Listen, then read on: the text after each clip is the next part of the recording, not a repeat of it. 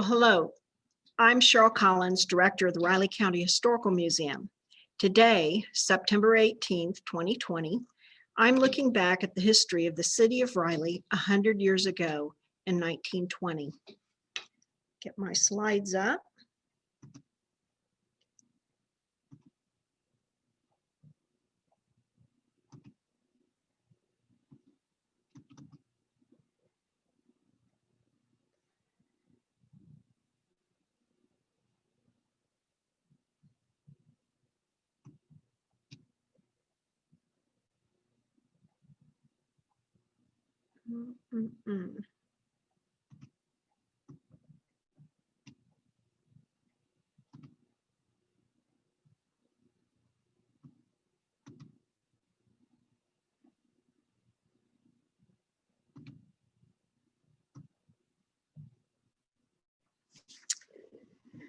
The city of Riley has a complicated history. The earliest settlers moved to the area in 1855.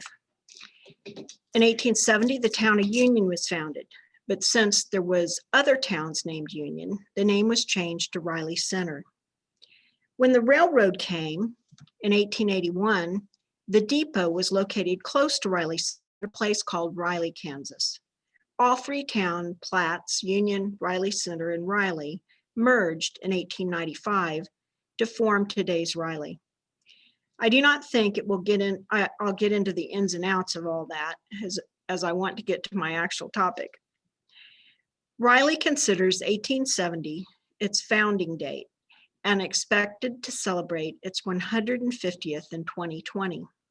But with the worldwide pandemic, the actual commemoration will be in 2021 as a 150 plus one celebration.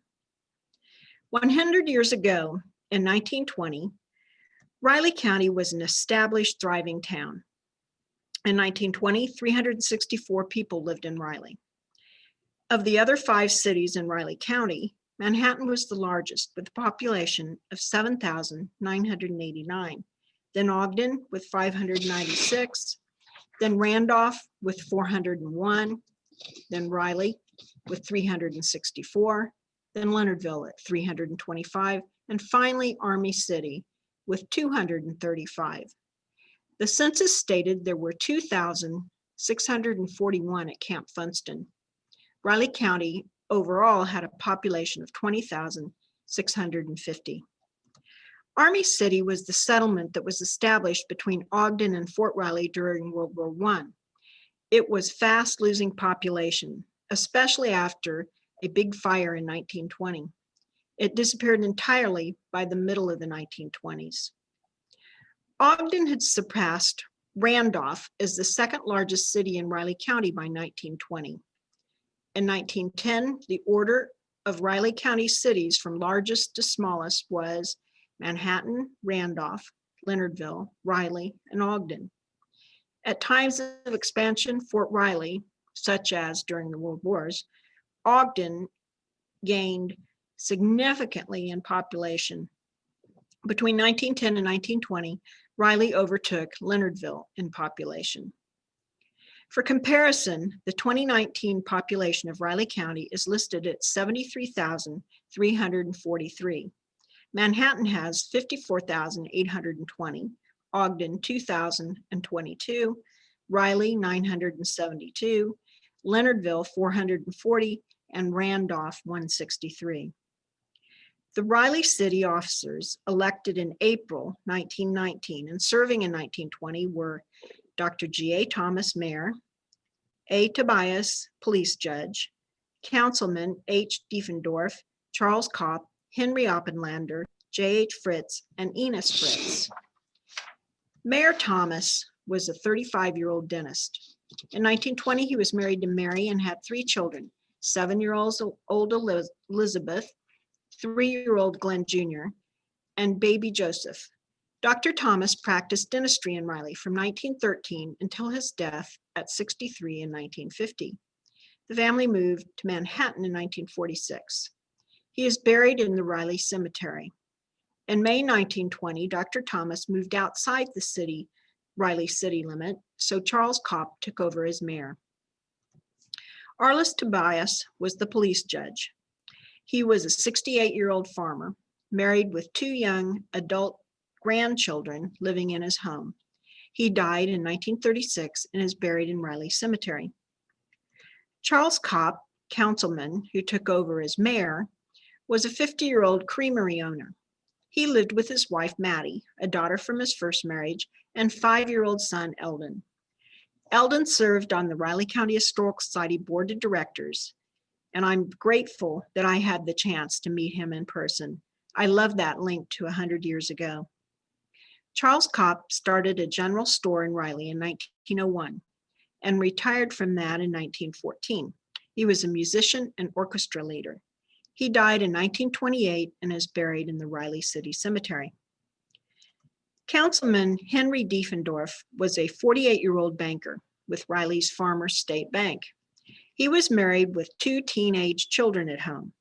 He served as a Kansas State Representative and Senator and 2 terms as Riley County Treasurer. He was living in Topeka at the time of his death in 1946, and he's buried in Topeka. Henry Oppenlander was a 46-year-old grocery clerk in 1920. He lived with his wife, Viola, and a teenage child. He died in 1956 and is buried in Clay Center. J.H., or Jim Fritz, was a 56-year-old mechanic of pumps and engines. I think he worked for the Farmers Union, and he owned an implement business for 25 years. He was married to Rebecca and had 3 children. He died in 1921 and is buried in the Riley City Cemetery.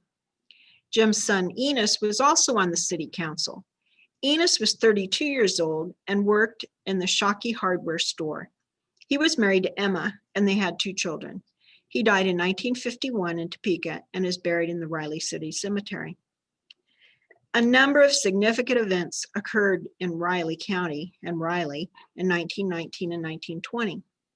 In April 1919, the electric line from the Rocky Ford Electric Company was completed and Riley had consistent electricity. In May 1920, barber Ed Beard installed a new electric clipper in his shop. In March 1920, the Riley Regent's newspaper got a new linotype machine. I suspect this was a direct result of Riley's getting consistent electricity.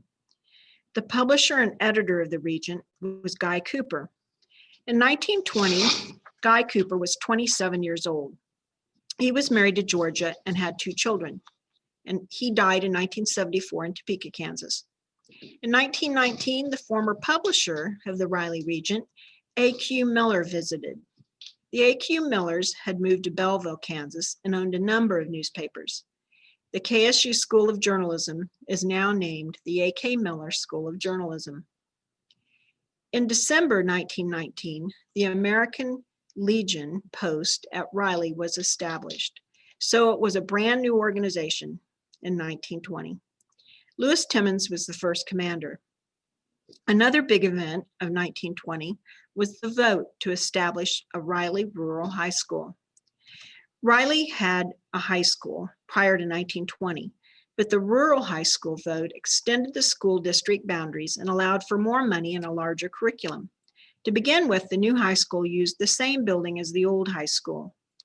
Dr. J.B. Norman was elected president of the board. Dr. Norman was a physician who had his practice at Riley for around 10 years. After he lived in Riley, he lived in Tipton, Missouri, and he died in 1943. The enrollment at the Riley Rural High School in the fall of 1920 was 79 students. The grade school had 93 enrolled. Another significant event of 1920 was the opening of a community house downtown. The Riley Band purchased the old Riley Hotel and renovated it into a 600-seat auditorium, a gymnasium, and rooms for the American Legion. The band sold stock in the project to finance the work. Opening the community house was a week-long celebration. On Thursday of that celebration, Riley County native A.K. Longren, the first Kansan to manufacture a successful airplane, flew his latest plane, made in Topeka, to Riley for an exhibition. In September, James Robinson Jr., bought a second picture machine for his moving picture show, which played in the community house. By alternating the two picture machines, the show could run continuously without stopping to change reels. The newspaper bragged that no other town the size of Riley had such an arrangement. If you were going to the show in 1920, you could order up some food from Mrs. Nellie Bratton. Mrs. Bratton had some tough years in 1919 and 1920. She sold the Riley Hotel to other owners and was moving to the Myers household, where she was going to be a housekeeper, when the Myers house with all of Mrs. Bratton's things in it burnt down. In downtown Riley in 1920, there were lots of places to shop. You could step into one of Riley's general stores, such as Hasbrook's, for shoes and sweaters, or for good things to eat. The Sykes store was also in Riley. Sykes' main store was in Leonardville, but Riley had a branch. You could get lots of bargains at Sykes because the store specialized in overstocked goods and Army surplus. In 1920, right after World War I, there was lots of Army surplus available. The Farmers Union Cooperative store also seemed to have a little bit of everything. You could also shop at one of Riley's hardware stores. Hawes for shelf and heavy hardware, Rudolph Hardware for grocery and feed, Shockey's Hardware for furniture and farm equipment. The Shockey store changed hands in 1921 and became the Lynn and Kriebel store.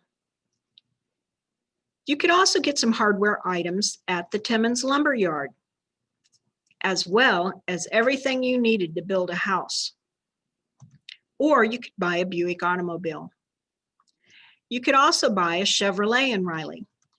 Gravenstein and Son advertised a touring car for $895 and a Roadster for $875. Or you could buy a Liberty automobile at the Here and Company garage. Or buy an Overland car at Kopachek's garage. There were lots of places that repaired automobiles, sold tires or gasoline, such as the T.R. Brown's Palace Garage. Jake Reinecker and Riley Garage, he built a new garage in 1920. N.A. Noble fixed both automobiles and agricultural equipment. Tires were another category of items sold by garages, but also at standalone tire stores like West Tire Shop. The dray businesses were also still thriving, probably using both trucks and horsepower. Schoenhaven advertised anything, anytime, anywhere. Walter Perrick advertised goods delivered speedily and right side up. He also evidently had a sideline in ice. Since ice was delivered, that makes sense. Horsepower and foot power, walking, was popular, although engine power was fast becoming the norm. R.F. Stanley would repair your harness and shoes. If your animals were sick, Dr. Schattenberg would take care of them.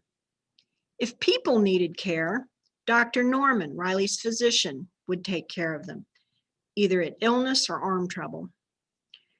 Dr. Thomas, Riley's dentist, could fix your teeth. For drugs and lots of other things, you could visit the Riley Drug Store. Riley Drug Store had people drugs, animal drugs, gifts, and phonographs. In September 1920, the Riley Drug Store sponsored a concert in the community house featuring a couple of singers and an Edison phonograph. The audience could not tell the live from the recorded singing. If you were hungry, you could go to one of Riley's restaurants.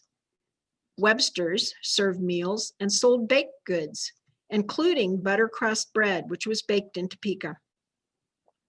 The Tavern advertised as a restaurant and for a while as a hotel, although it looked more like it might be a boarding house.